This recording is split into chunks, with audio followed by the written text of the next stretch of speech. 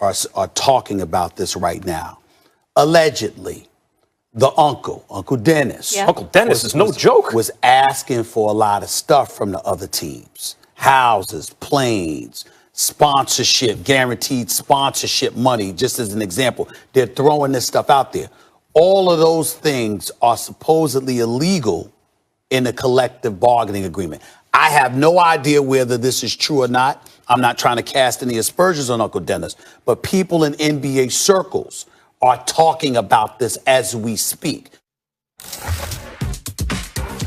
Stephen A., you called it over a year ago. The Clippers now confirming that the NBA is investigating tampering allegations made against them and Jerry West in their free agency recruitment of Kawhi Leonard in 2019. Kawhi has denied the allegations in his post-game comments from yesterday. Stephen A., what does this say about Kawhi?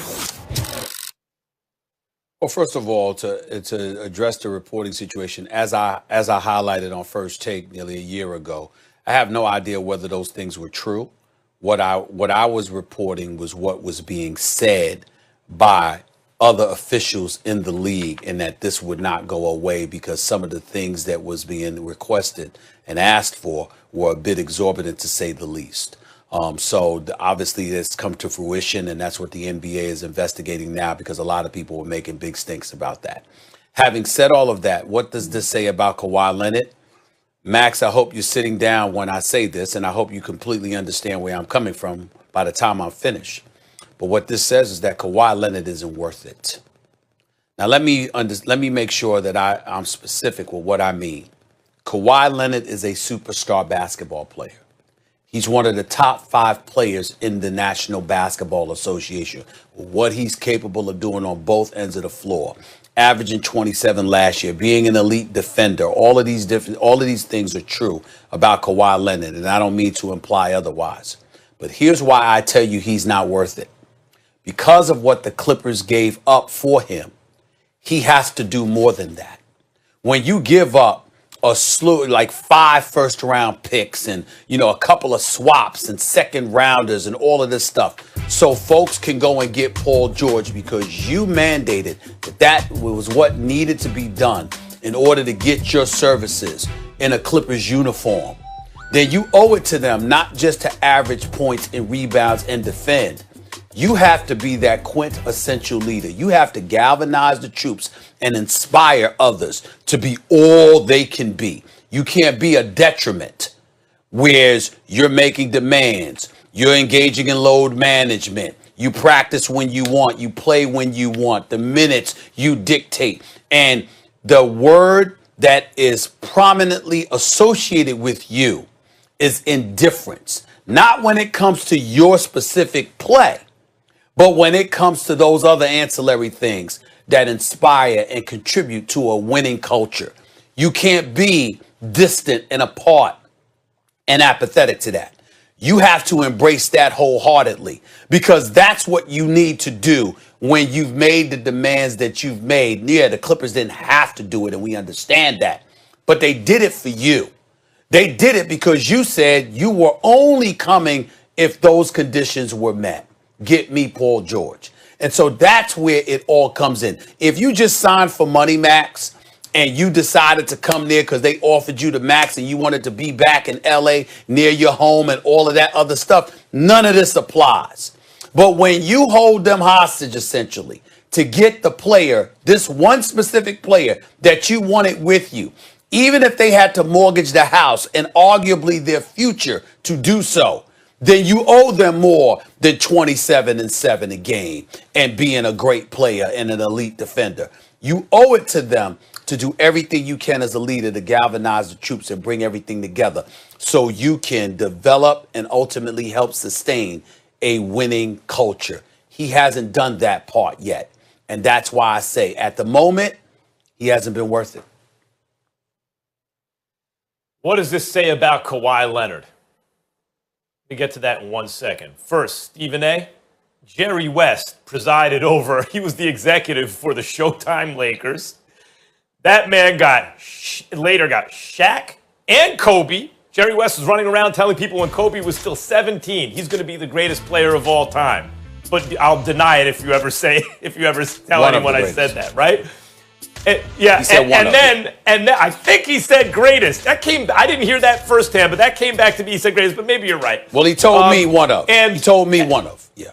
Okay, gotcha. Well, that's firsthand, and then gets Kawhi, and people are crying about tampering. Nerds, why don't you go get Shaq and Kobe and Kawhi? Now, in terms of Max, he helped get KD to go to state. He helped get KD to go to state. Right. Crying about Jerry West. tampering. Look, I know, like, Jerry you West. can question ethics and say, well, you have to play by the rules. I get it. But like, crying about tampering is like, that's the kind of nerd that the light is red. You're a pedestrian at the crosswalk. There's no traffic coming. It's the middle of the night, and you wait there until it turns green, right? Like, I can't. Some people are they can't be helped. Look, Kawhi is worth it, Stephen A. If you wanted to say he wasn't worth it, I don't think that's even the best argument. The best argument is he made the mortgage of the future for Paul George. But even then, I would say it's worth it. Because if you're the Clippers and you see what they're putting together with the Lakers, and your window looks like it's already shut to try to win fans in that town, because for years the Lakers stunk until Jeannie Buss wrestled control of the organization, and 3 years later they won the chip. And the Clippers have Blake Griffin and Lob City with Chris Paul and DeAndre Jordan and all that, and still they couldn't get it done. They couldn't even get to a conference finals. So if you're Steve Ballmer, you're like, Kawhi Leonard has been the best player on 2 championship teams. I know you could argue, no, it was Tim Duncan or Ginobili, or maybe not Parker by that point in 2014. But I think they were all about the same. And when you looked at the trajectory of where they were heading, there's a reason Kawhi not only guarded LeBron, but by the end of that series was dropping like 20 a game. He didn't average it for the series. But I'd say overall, he's probably their best player at that point. He got Finals MVP. And he got Finals MVP in Toronto, too, and was clearly their best player. And you could say, well, KD didn't get hurt. Well, if KD didn't get hurt, no one, LeBron James wouldn't have beaten the Warriors. He couldn't for 2 years. They got squashed by that Warriors team. Of course that's true. And you want to argue Clay, I don't know. I can't prove a counterfactual, Stephen A. I think the Raptors would have won. You think the Warriors would have won. But the Raptors did win. That's best player, arguably, at least, on 2 championship teams. And anyway, 2-time Finals MVP. So, no, he doesn't lead the way you're discussing, right? But there's a difference between that and a guy who, say, over-dribbles or throws teammates under the bus in the press. Kawhi ain't doing that. Kawhi's playing the way a teammate would want him to play. He's just not, as you would say, galvanizing the troops. To me, that's still worth it. If that guy's going to go out and ball and make the team better, not hog the ball and stuff like that and play good team basketball, I'm good. Well, first of all, I think you're wrong, but understand, not only is he not galvanizing, but he is dividing indirectly. Because if you take into account the beef between Montrezl Harrell and Paul George, assuming there's truth to that, which obviously I've heard, well, where would that stuff with Paul George come from in terms of how Paul George and Kawhi Leonard was being treated? Remember, Kawhi Leonard was a 2-time NBA champion. He was a 2-time NBA Finals MVP. But Paul George was receiving similar treatment, even though he had never even been to the finals, let alone capture 2 championships and 2 NBA Finals MVP. So where would that come from? It would feed off of Kawhi Leonard because Kawhi Leonard made Paul George's arrival a condition upon him arriving with the Los Angeles Clippers. See, this is where the accountability comes into play. Again, if I'm sitting up there and I'm a marquee free agent and I tell you this is what I want in terms of money, all right, okay, I'm good. But when I sit up there and I say, not only do I want this money, not only do I want these perks, but I don't give a damn what you have to do. Get that guy too. And I do that, then there's a level of culpability and accountability that I have. Not hog the ball and stuff like that and play good team basketball, I'm good.